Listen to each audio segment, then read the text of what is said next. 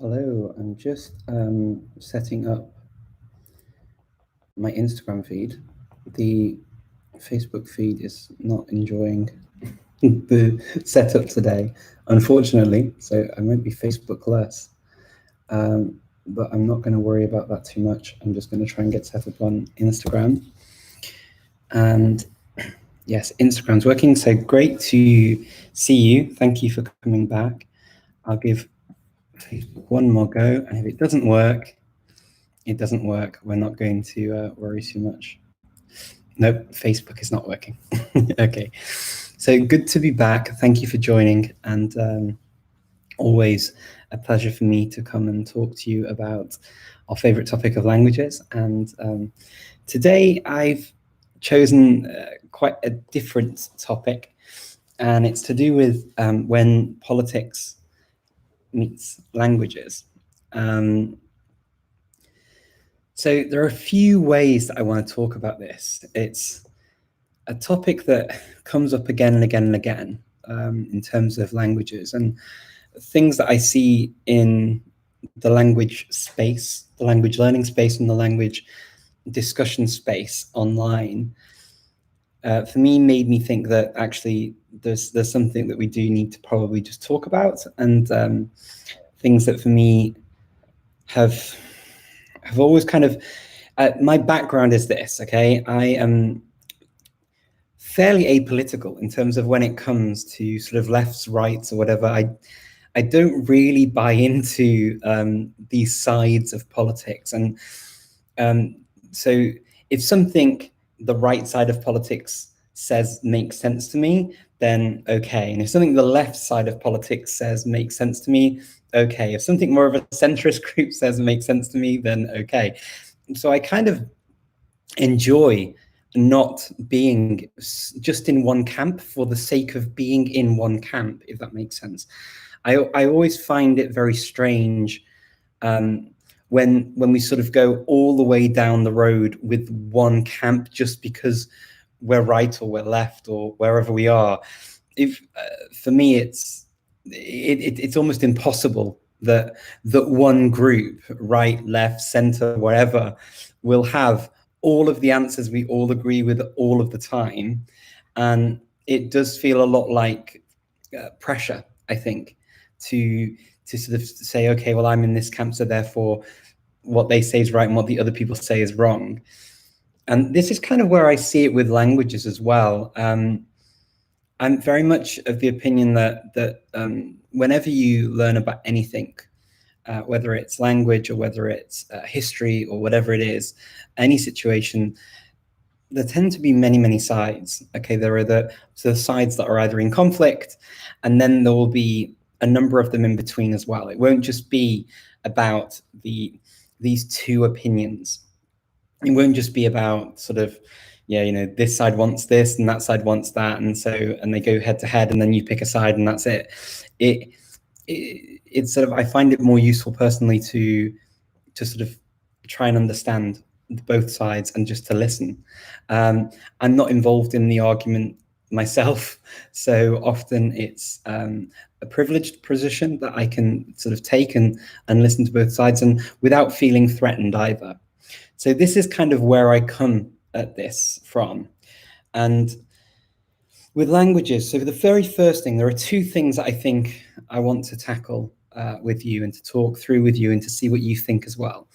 So the first thing is about languages generally, sort of as entities. And the second thing is about within a language and how languages develop and what that means for society.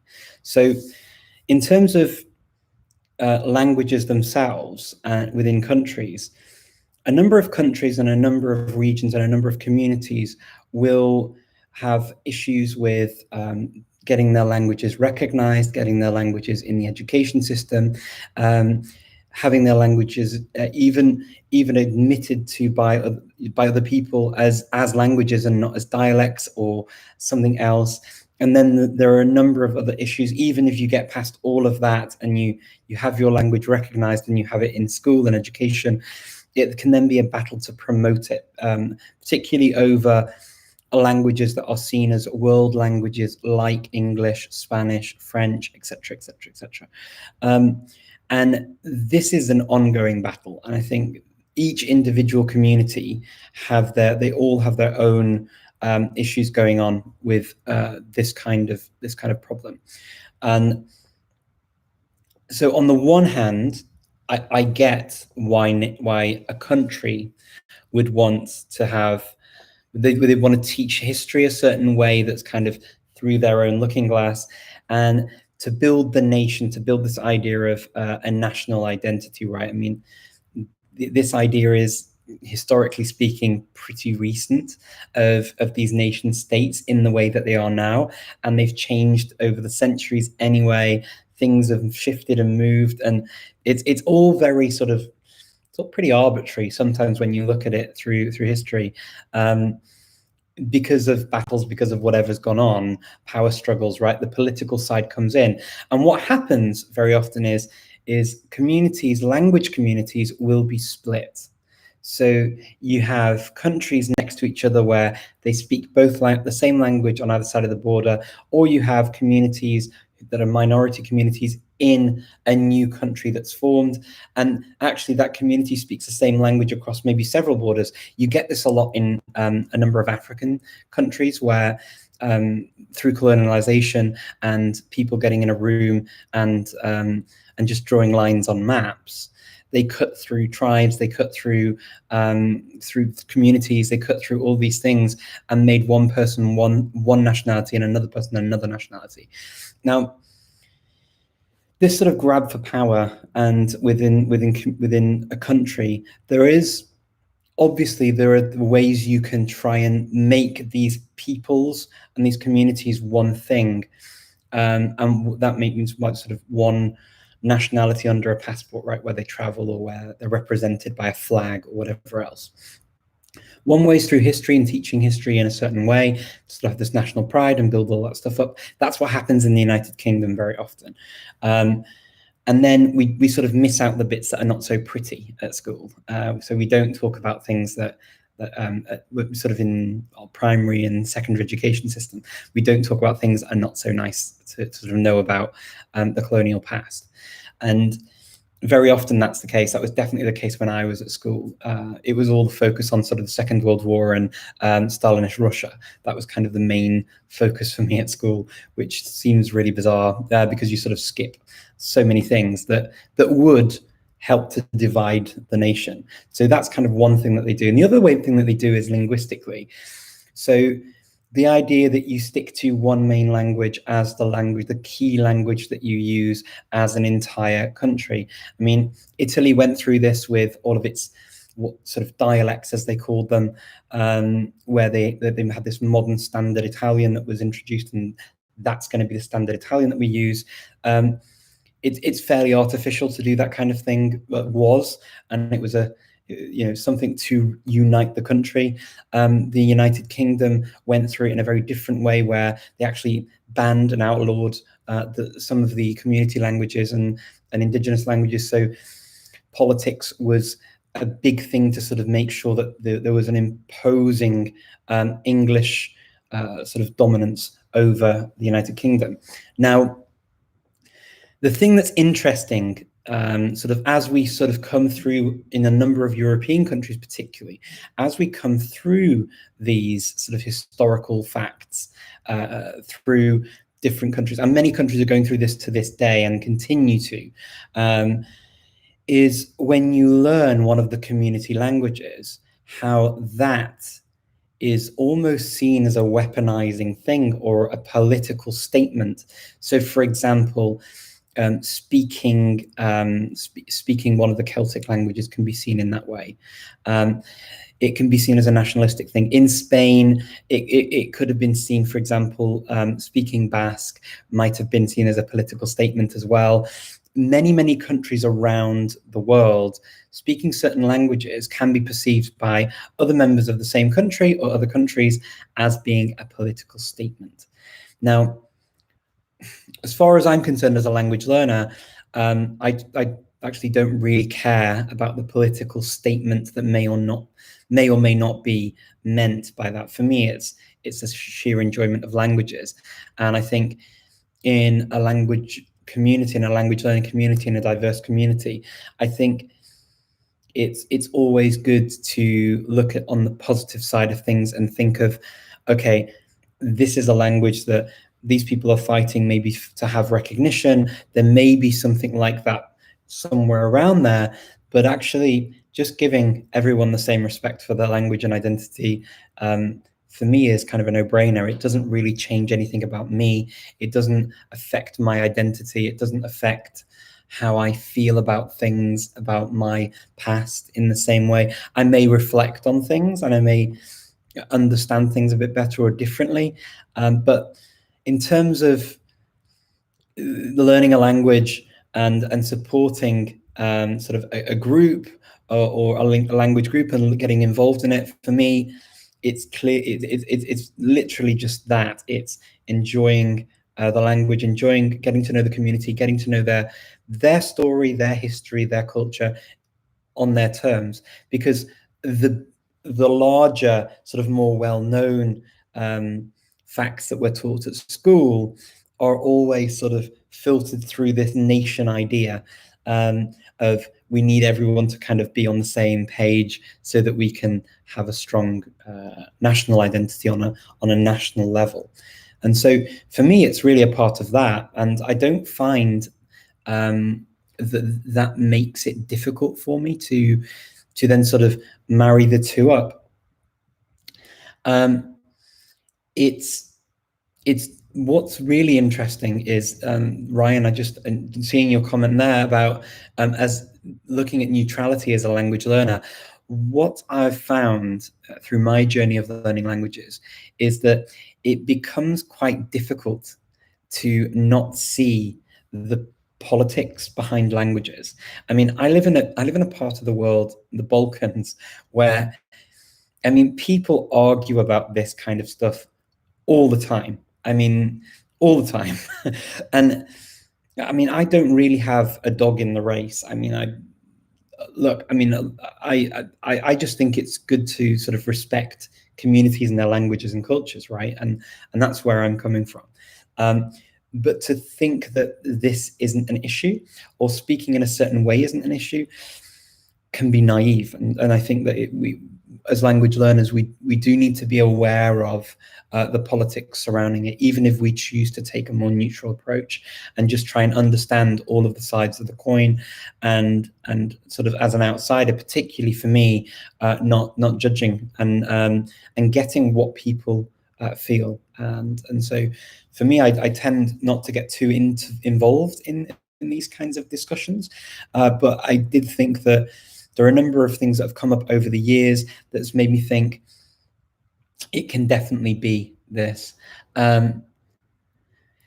Yeah, and you have, and as John's saying now on YouTube, that you have even standard forms that are pushed forward for some of the what are minority languages. Irish would be even though Irish is a national language and an official national language of Ireland, it's still, in terms of the entire population, a minority language compared to English, and then the standard form is pushed forward, and when sometimes the standard form is not agreed, or sometimes the standard form is agreed in some cases. But in Ireland, there are different types of Irish that are spoken. It's not just one Irish, right, in Ireland, and so there can be conflict even within these communities as well. So it gets very involved and it can get quite territorial. It can get quite angry sometimes when people are fighting for dominance. And so you see this national idea of a national language played out also within the community. So it gets very, very layered and very complicated very quickly. I've definitely experienced this in many places too. There are also a number of perceptions that people have about the way you speak and the type of language you use. So which dialect, which accent, which standard spelling are you using? All of these kinds of things as well are super, super complicated to break through. So let me give you an example. When I my own dialect of English, Scouse, and there are preconceived ideas as to what kind of person I might be or my family might be, what kind of habits or traits we may have just because of the way we speak. A similar thing in the Spanish that I learned Andalusian Spanish, and that's the one that sticked. That's the one that stuck. I'm sorry, that's the one that stuck, and it was. So it's quite funny, the perceptions as well. When I went to Madrid and I spoke in the way that I learned, the reactions you get are different depending on the region too. So there's kind of a lot going on, even with the national language. There's an awful lot going on, and what I try and do, particularly with like things like the Polyglot Conference, and when people ask me about these kinds of questions, I always think it's good to hear about everything, and it doesn't hurt to hear about everything. It's always good to hear about everything. You can always focus on what you're interested in, but hearing about it, I don't think is a bad thing. And in fact, this is one of the reasons why I particularly like diversity in language and in people. So that's kind of where I am with the languages side of things. And I hope my thoughts, even though there are so many things to talk about on this, but I'm sort of getting a general idea of my thoughts across here in this. It's a very convoluted and complicated subject, and I would like to think that with the Polyglot Conference, for example, we are able to open up a platform for some of these languages to be celebrated and to be enjoyed, and for people to get to know these different worlds, these different communities. And I would always say, if any of you have a language like this and you want to highlight it at the Polyglot Conference, please do head over to polyglotconference.com and submit a proposal. We'd love to hear from you. Or if you want to teach your language or your dialect as well at the conference, love those kinds of things.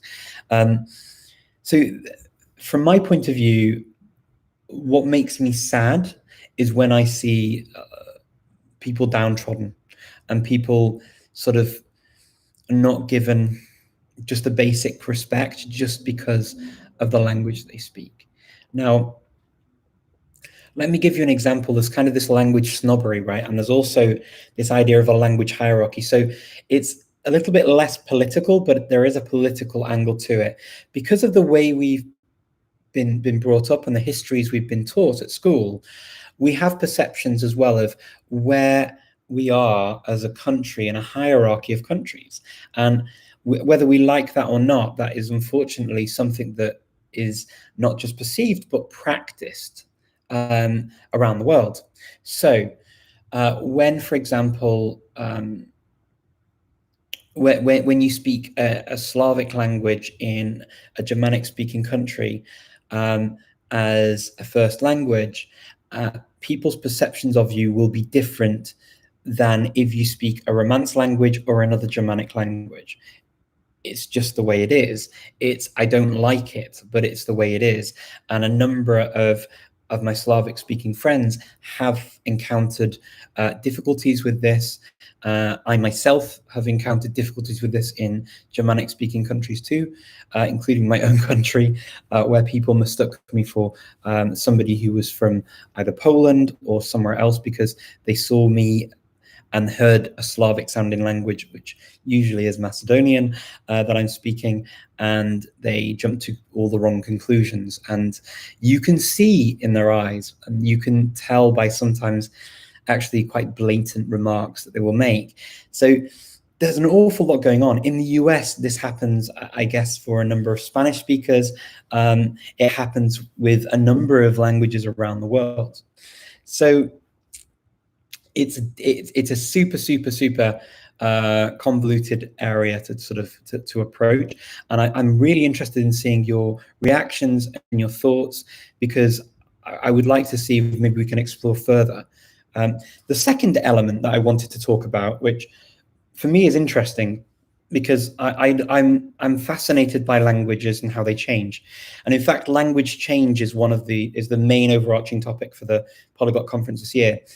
And it's to do with language change in all aspects. So how languages have changed from sort of medieval times or ancient times through to Middle Ages, modern times, how languages have adapted. So when a term has arrived because a different culture's arrived, so how things have been adapted from other languages, other cultures, things like how we change the way we learn, how we adapt to particularly the last year with the pandemic, how things have adapted and changed, how that's affected community, indigenous, endangered, and vulnerable languages particularly.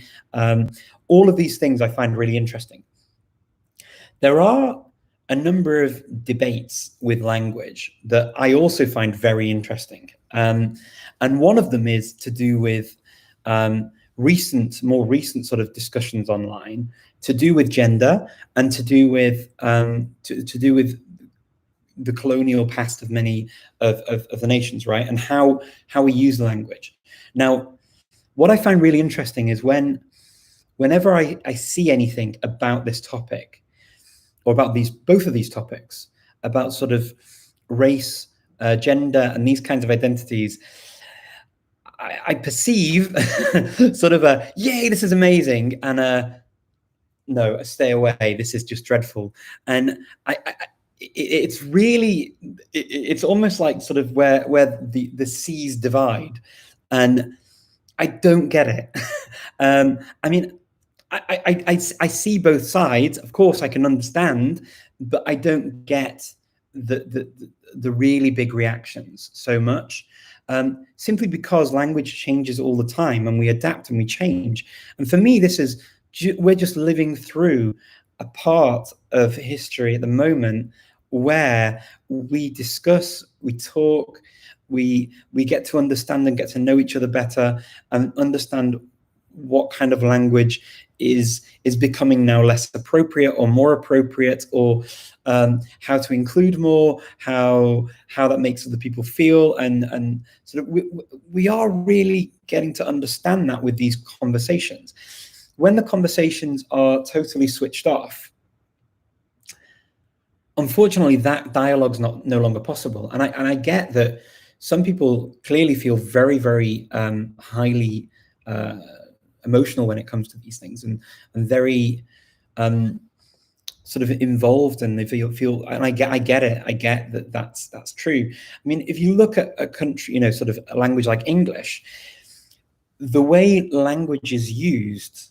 Let me give you an example, sort of with race, for example. Okay, so the idea of calling somebody a colored person in the United States is I believe at this moment in time not something that would be an appropriate term, and something that people might take exception to.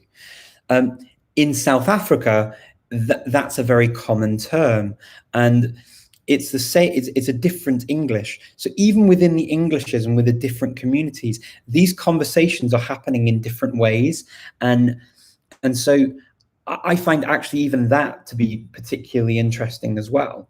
So when I went to South Africa and I heard people talking about the Cape Coloreds as a group, as an ethnic group, as an English speaker from the United Kingdom, I was absolutely taken aback. And I was like, oh, you can say that? And it really shocked me because it's something that we don't tend to say in the UK, just because, it's become a term that was used, and it was used even in a way to not say another thing that was then not used. And this is how the language has changed over time. So for me, these discussions where we discuss, okay, where are we now and where are we going to? For me, these kinds of things are really interesting. Again, I find that these discussions are really super politicized. So it tends to be this, and this is where this right-left thing seems to come in. And for me, this is nothing to do with politics. And I mean, I know that it's politicized. I'm aware of the sort of the politicization of language and the politicization of certain discussions and things. But as far as I'm concerned, talking about sort of gender terms, talking about gender pronouns, talking about racial terms, and how we refer to certain groups. For me, the heart of it is actually people and how these people feel. And however I identify, it doesn't bother or it doesn't threaten me. I don't feel threatened by any of this.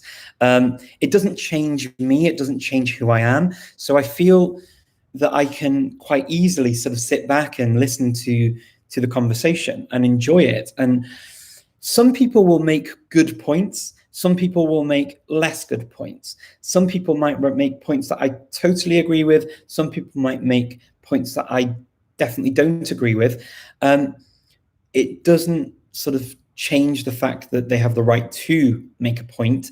And if points come together and as a society, we start to sort of, we see and we agree as a society, which is typically what typically happen. I mean, this is how certain words fell out of use because they're now seen as racist or sexist or whatever else. And each country and each community will go through this process in their own languages as well. Yeah, I mean, I tweeted something about sort of sexist vocabulary that I heard, and I actually challenged it. And I was like, okay, the comment made was, and we sort of asked, how easy is this to do? And the response was, I called a woman and even she understood it over the phone. I was absolutely horrified. And I said, oh, even a woman, in sort of a kind of, what on earth are you talking about kind of tone. It didn't sink in what I was saying. And then I sort of said, how about a man? Have you tried it with a man? How did they get on? Because, men have difficulties with these kinds of things. For me, it was a very strange conversation, but you can see this isn't something that's sort of, one country might be having one topic of conversation, another country are having a very different topic of conversation about these types of issues. What I find particularly interesting for me personally is sitting in the Balkans, listening to some of the conversations, particularly coming from North America, I would say, Canada and the United States, particularly in North America, because Canada and the United States are pretty vocal online. And so I hear or read a lot of that sort of conversation. And the dialogues and the conversations that are happening there are so divorced from my reality in the Balkans in terms of what's going on in the Balkans on these kinds of things. What I find particularly interesting as well is online, all of these things come together, right, to do with language. And so these discussions and conversations about sexuality and about gender and about race and about all these things, and they all come together and they kind of clash. Because the people as far as I can see, from the sort of the arguments that I see and the crazy things that I see sort of or hear being said, sort of stem from a lack of understanding as to where that other country is in this sort of in this conversation, or whether it's even a thing. So sort of I see from North America people getting extremely angry about these Europeans commenting on these things. Europeans not being in this part of the world, not fully getting what they're talking about because that's not their reality. And it is quite weird when you're sort of given a little bit of a bit of information. I believe quite firmly in this thing of a bit of information is dangerous or can be dangerous. So you sort of see these sort of discussions on language and how we use them and what's important and who feels what and how it should be used and how you should feel as an individual because you say this or you do that or you look this way or you identify with this group or that group. As far as I'm concerned, I will actually just listen to all of you. And I think that all of you have got a voice and all of you can have an opinion. Some of your opinions will be more informed than others. Some of them will be based on a gut feeling and it's okay. We all live in very different realities around the world. And so I've sort of got to this point where I'm sort of enjoying observing it. Sometimes it feels quite tense. It's like one of those Netflix things that you watch and you think, how's it going to turn out in series 8? And you just don't know what's going to happen, right? You're waiting to see what's going to go on. But I saw on TikTok, I'm just going to share this one last thing and then I'll have a look at your questions. So this one thing, just to give you an example of what I'm talking about, the sort of United States and Canada and Europe, and how there's a kind of a real disconnect with the two continents. So there was an American, from the United States, a US citizen, who made a video on TikTok, basically saying that the name Montenegro for the country is racist. And people in the Balkans are like, what on earth is going on? It's not even called Montenegro in the language. It's called Crna Gora, which means Black Mountain, which is it's a mountainous country, and Monte is mount in Italian, Negro is black in Italian, and they took an Italian name for this continent, for this country, but the actual name is Crna Gora, and that's just the name we use in English. But it was really bizarre because the context was so disconnected and so sort of twisted. It just turned into almost a circus, I would say, but an interesting one, because you're sort of seeing these disconnects within society. And this is where I think, when I see this kind of thing, is where it's always good to kind of pull back. And even if we don't get what's going on, to try and understand the underlying motivations for what's being said and what's being thought. And just to try and get under the skin of the opposite side. It's all very easy to go, oh, I don't want to see this anymore, and sort of cancel everything, and sort of cancel everything that you don't want and you don't see anything. But just surrounding yourself with people who agree with you 100% of the time and not really listening to them is, for me, personally, kind of a step backwards. Because even if the opinion's not easy to swallow and not very palatable, I think it's interesting to understand often the opposite side of an argument or another side of the story. And when it comes to languages, cultures, different peoples, we're in this to communicate with people, right? We're learning languages to communicate. And I can guarantee that when you learn a new language, you are going to come across people with very different ideas and very different historical reference points, very different schooling than yours. And so when you can get behind it and understand that and sort of try to bend your mind a little bit by listening to opposing views, this is where I think the magic can happen. And yeah, I mean, I hope my sort of musings on this for the last half an hour have been interesting, or at least entertaining for some of you, or useful. I'm going to have a look and see the questions that we've got in and see if I can answer any of them if I haven't answered them already. But yeah, for me, this has been sort of an interesting exploration of some of the things that I've been observing. And yeah, I mean, as I say, I like to be challenged, and I like to think. For me, it's a really key thing. Okay.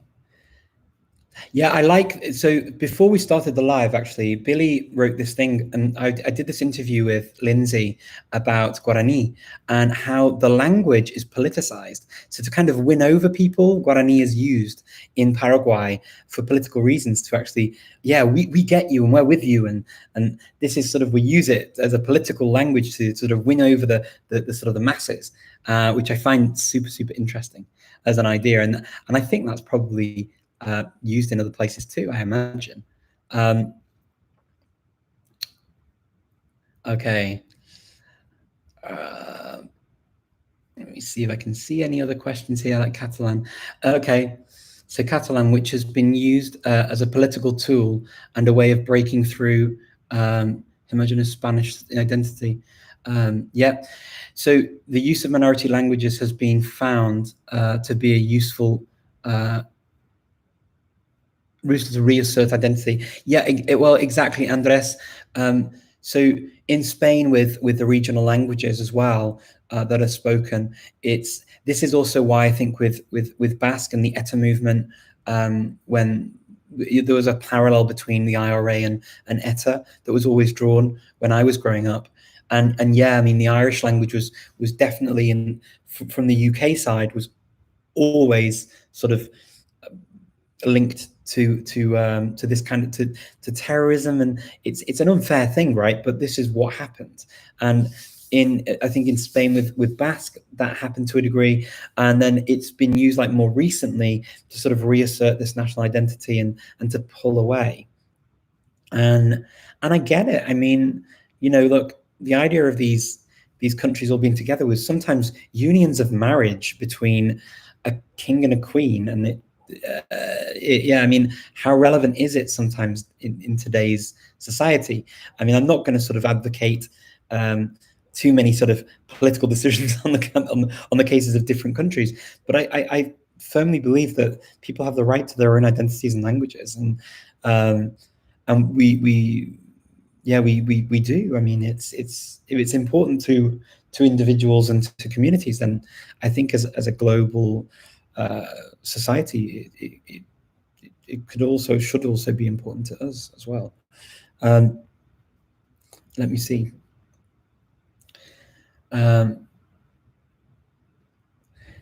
Bonjour, hello, nice. Thank you for dropping in and saying hello. Yeah, thank you. Yeah, so I'm seeing here.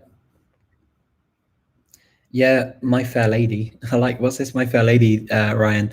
My Fair Lady and Pygmalion are all about the importance and differences in dialects and how people interact based on these differences. Yeah, absolutely. So it's a real cornerstone. I find it super strange. Okay.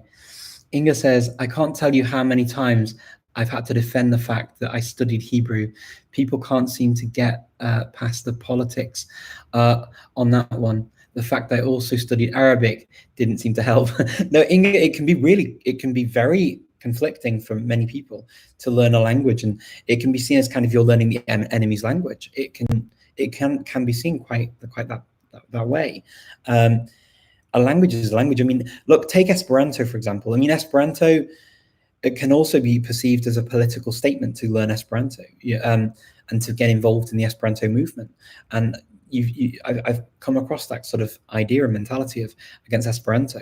But for me, it was an interesting thing to study, and I was interested in how it worked. Not quite as a polemic as Hebrew and Arabic, but definitely is a similar type of issue in terms of people's perceptions and why are you doing it, and you can see the sort of almost, oh, you're learning Esperanto, why did you do that? And yeah, but for Hebrew and Arabic, yeah, you do, of course you do.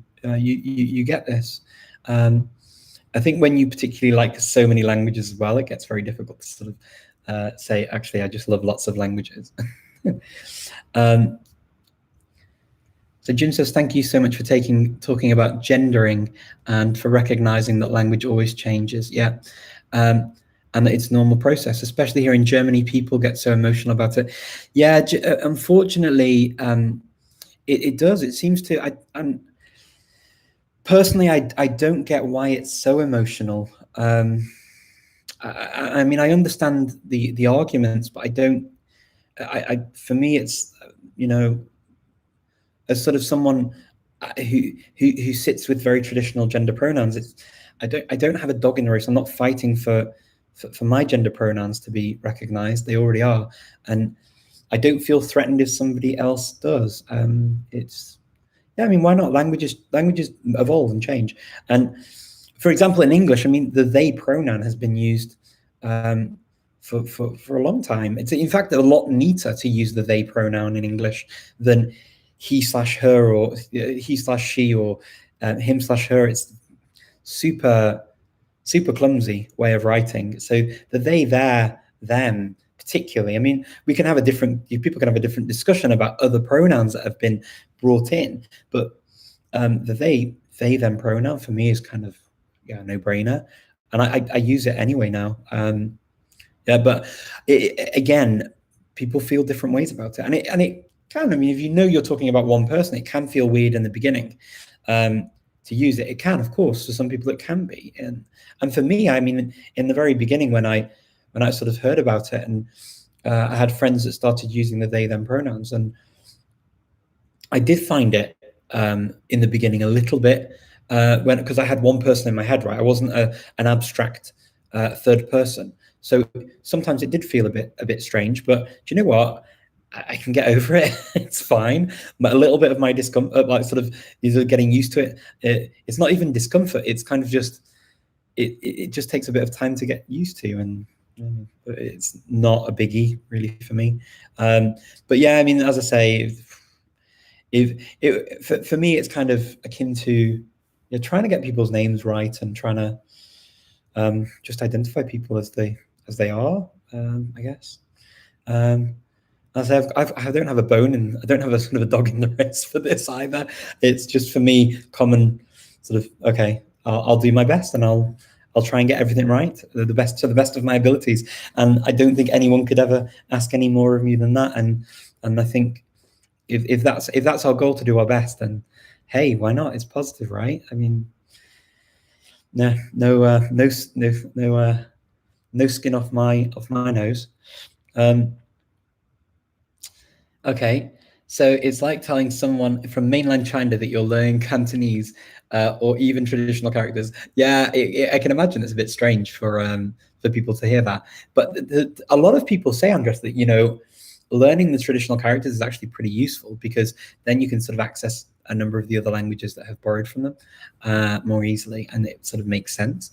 So actually, that's the top advice. All of my Sinophile friends talk about. They say definitely learn the traditional characters.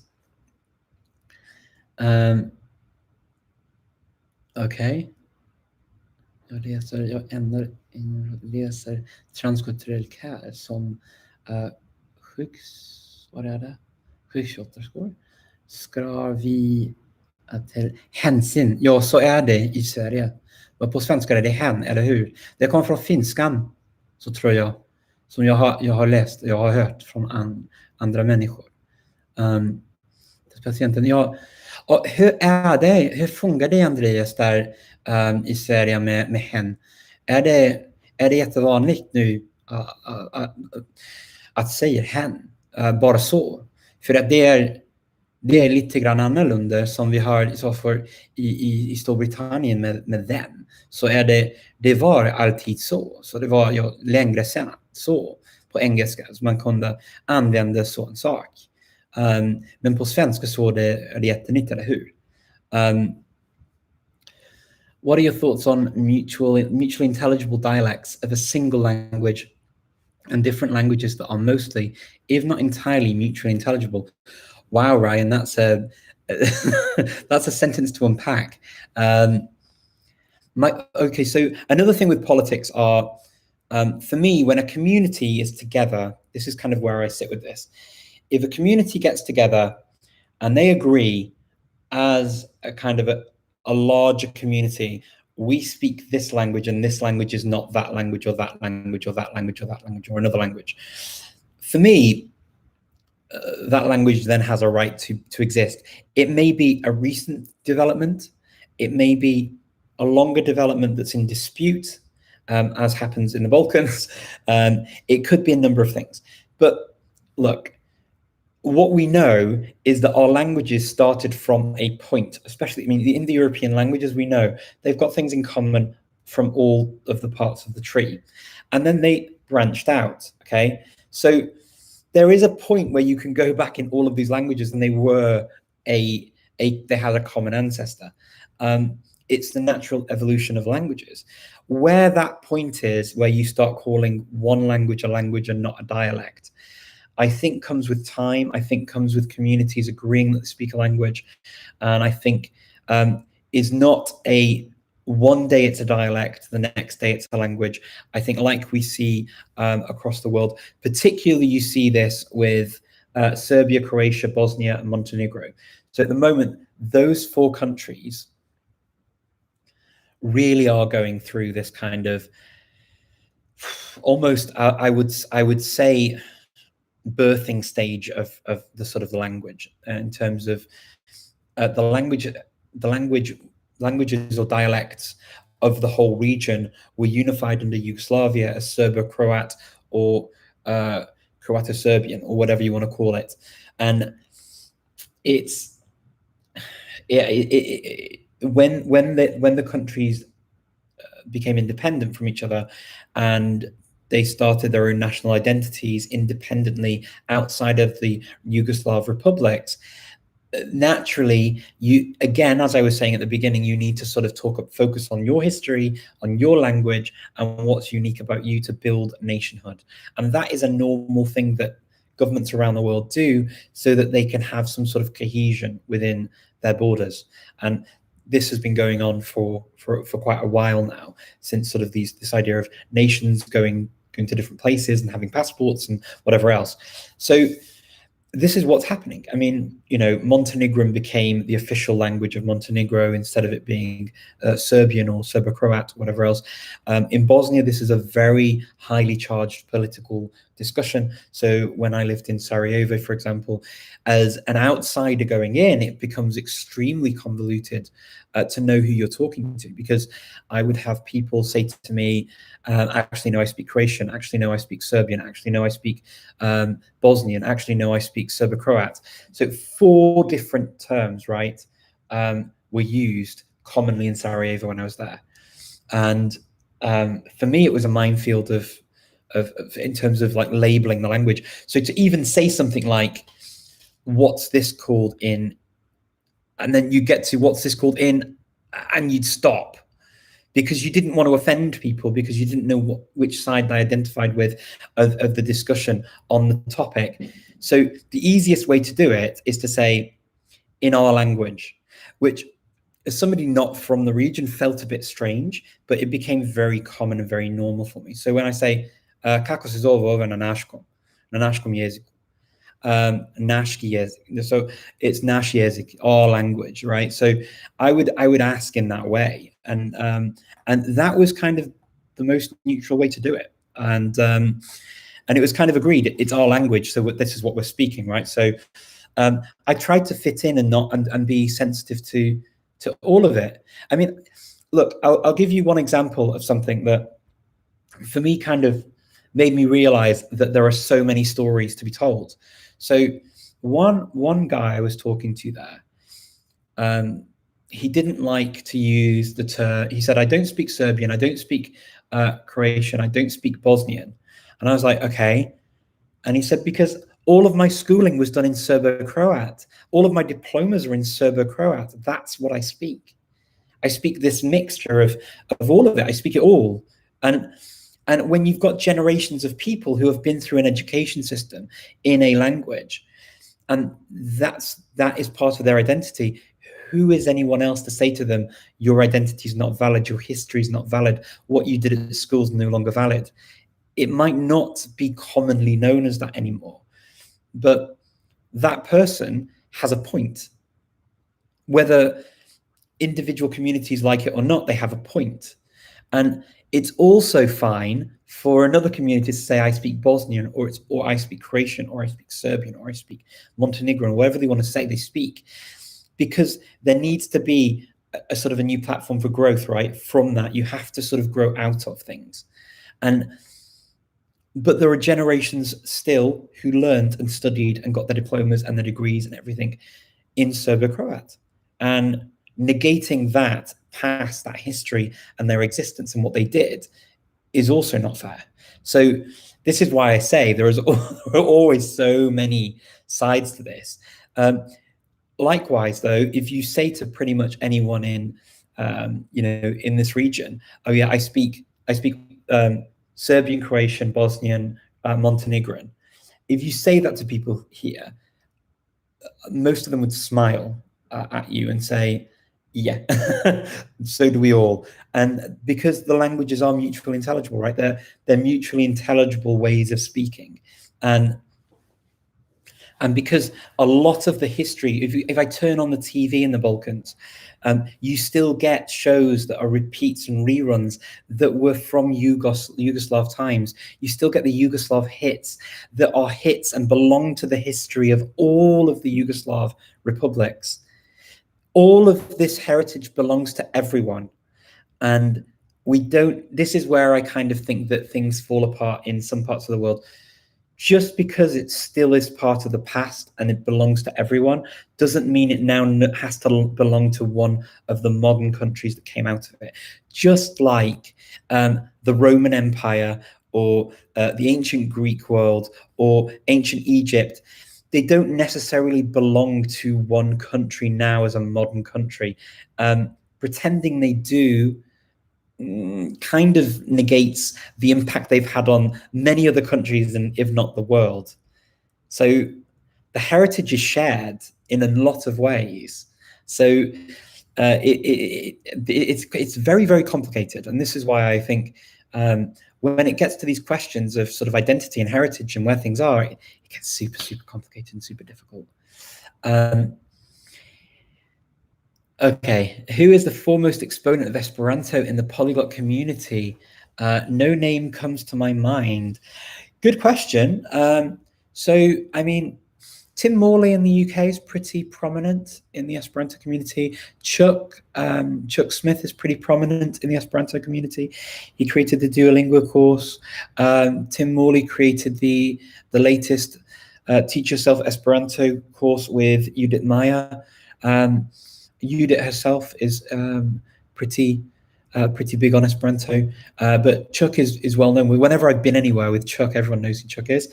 There is a guy, and his name escapes me. I want to say he's from the Czech Republic, and he created Wikipedia in Esperanto. And I met him. He was a very nice guy. So they're pretty well known people. I'm not in the community enough to give you one name though. So they're the 4 people I've had sort of conversations with and have met and talked to and know.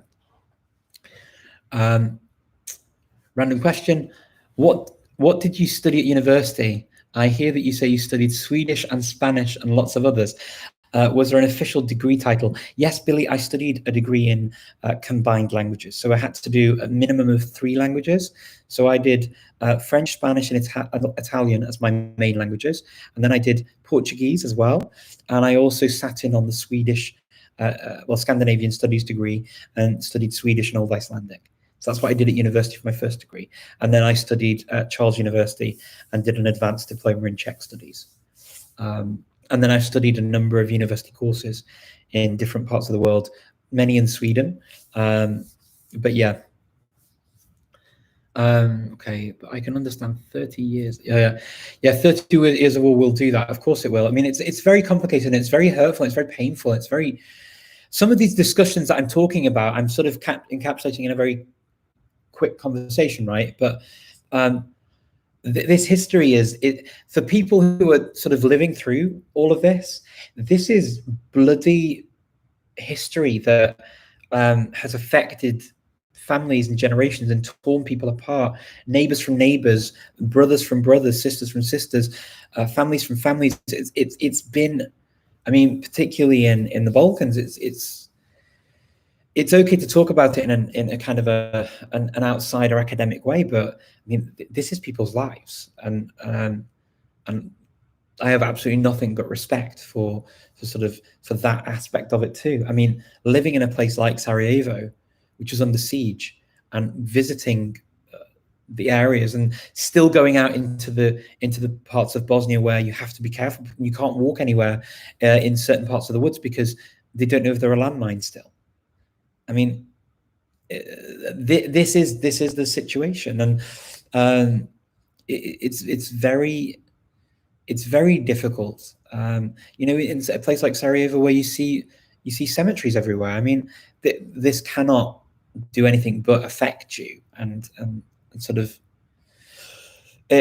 So I mean, this is why I say I like to listen to everything and not just take one version, because this is not something that has necessarily just goodies and baddies, and it's not a Hollywood film. This is reality.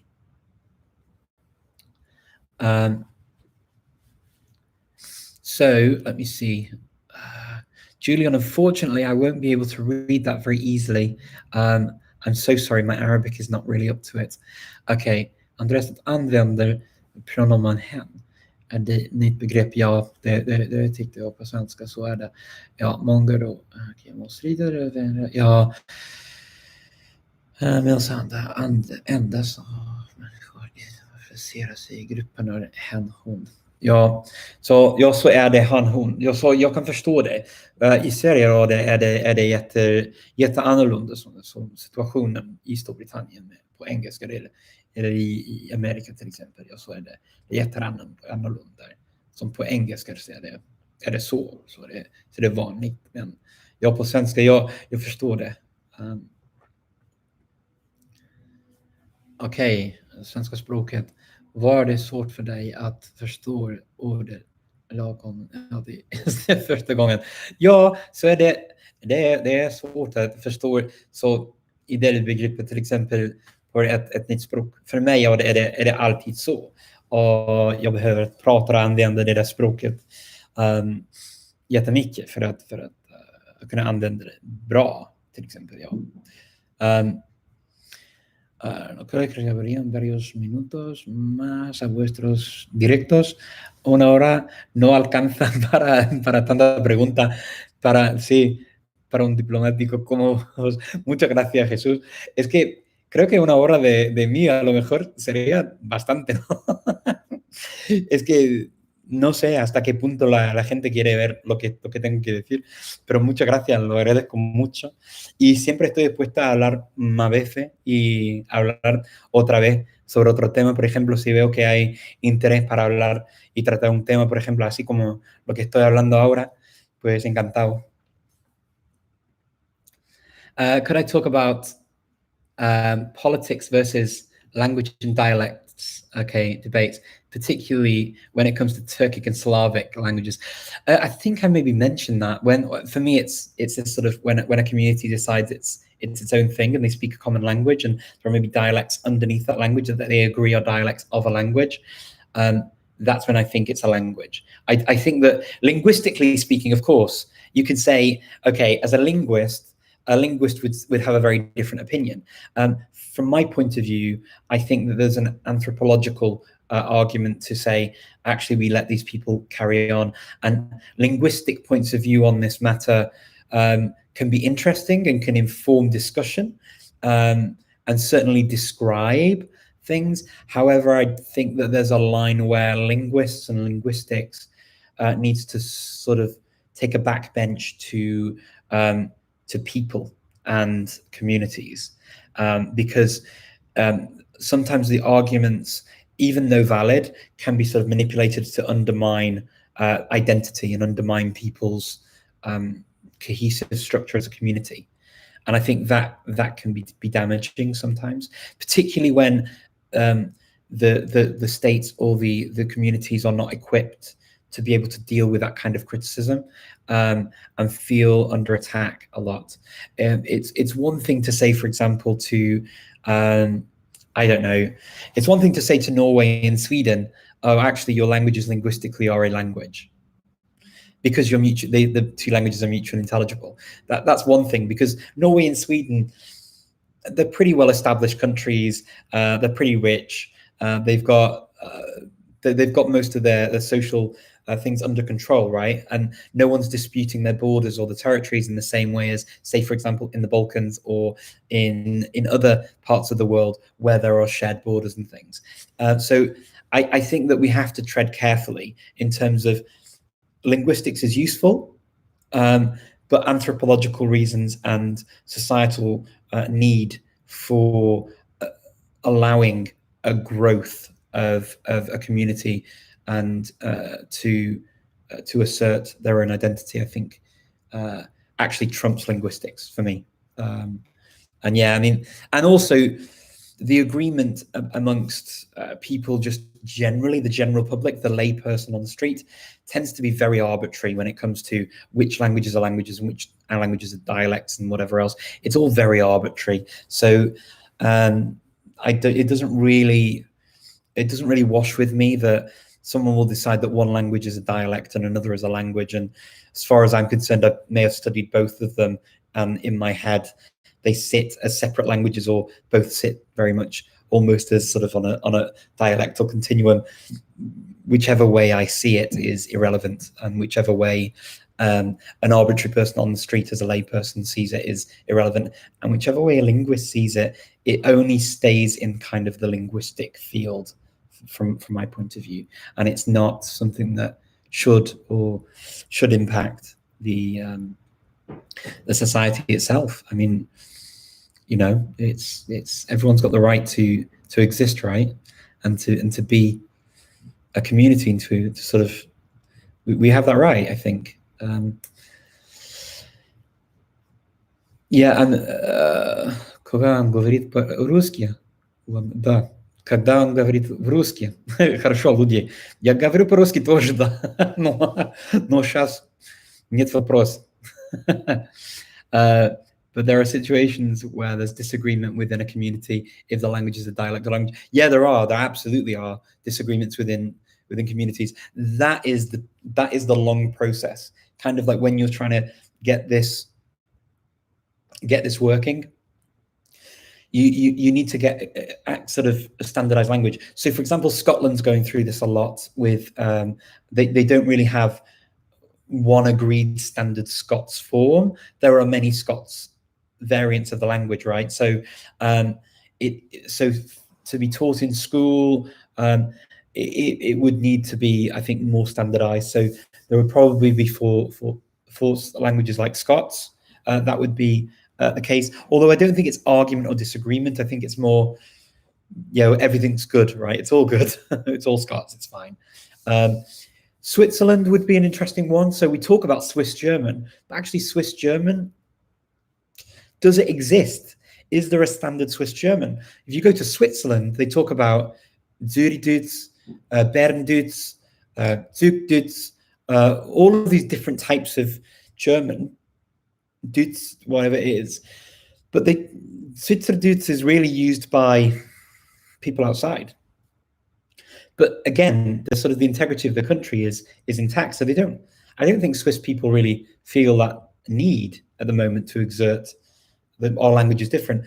As far as I'm concerned, Swiss German is as different as any other Germanic language. I mean, it's nigh on impossible for somebody from Hamburg to just slot into a Swiss German conversation and follow everything.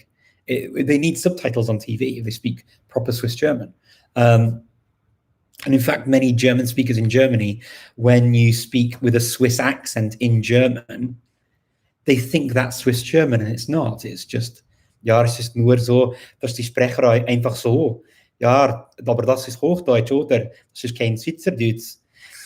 And it's funny how that would be perceived as Swiss German, and yeah, I understand what you're saying. Well, of course you understand what we're saying. That's Swiss German. That's not Swiss German. That's Hochdeutsch with a Swiss accent. Yeah, I find all of these things quite interesting. Can I do a Mexican accent? Not very well, unfortunately, not very convincingly. I like that you're. Yeah, thank you for all of your nice comments, by the way, everyone. I'm just reading through. I'm glad that you found this useful. It makes me happy to know that this has been an interesting sort of conversation. It's been interesting for me. It's a conversation I don't tend to have that often, and it felt like the right thing to do after a few things I've been reading recently. It just felt like the right time to talk about this. And yeah, if you'd like to sort of go on into sort of a more of a deeper dive into some of these areas, I'm very happy to do that as well and to talk a little bit more.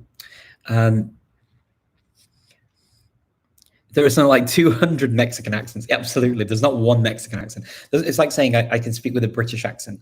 What does that mean? I mean, in England, there are many, many different accents. And yeah, I mean, in actually Macedonian, in the language I speak at home, Macedonian, we have many accents and dialects, and they're very different, very, very different. They even have different grammars. I mean, some of them, we've got a dialect of Macedonian that's spoken in Kumanovo, which is kind of in the north and near the Serbian border, and it has case system as well. So yeah, Macedonian as a standard language doesn't have a case system. But then you get the same thing in the Serbian side, right? So if you go further down Serbia to the south of Serbia, cases drop off. So you get to this kind of Vranja and places like that where they will speak with, again, like three cases, which are very similar to the Kumanovo dialect. So you get this kind of dialectical continuum that passes through the Balkans. And so Serbian kind of morphs into Macedonian. You get to two very different standard forms of the language. Similar thing happens when you cross over to Bulgaria. If you go towards the border with Bulgaria, there's kind of a morphing of some of the intonation that you'll see more in Bulgarian, some words that you'd see more in Bulgarian that don't exist in modern standard Macedonian. And again, the language is kind of morph. It's a natural thing, and it happens with all language groups, not just Slavic. So yeah. Okay, we're seeing okay. I'm gonna sort of close off now because when can I discuss in a foreign language in a group? I cannot catch what they say. Oh, okay. I see conversations happening on the side, which is fantastic. I am gonna have to switch it off now because it's been just over an hour, and I'm conscious that people will probably have had enough of listening to me talking about my own thoughts and sort of going through all of my own musings in my head. I hope this has been useful, and please do write comments and let me know. And I'd like to know your thoughts, and I'd like to know also whether you think this kind of discussion is handy, and if you find my thoughts on it useful, interesting, yeah, let me know. And hit me a subscribe if you haven't subscribed, because I always forget to do that, and then I realize I don't say it, so please do. All right, take care, everyone. I look forward to seeing you again next week. And if any of you are on Clubhouse, hit me up on Clubhouse. I would love to talk to you again as well on Clubhouse, and sometimes I get to speak to some of you in person, which is wonderful, and I love that. Oh, that's so sweet. Best part of a Sunday morning. Thank you so much. That means a lot to me. Thank you. And I look forward to seeing you next week. Have fun with your language learning. Happy languaging. Bye, everyone.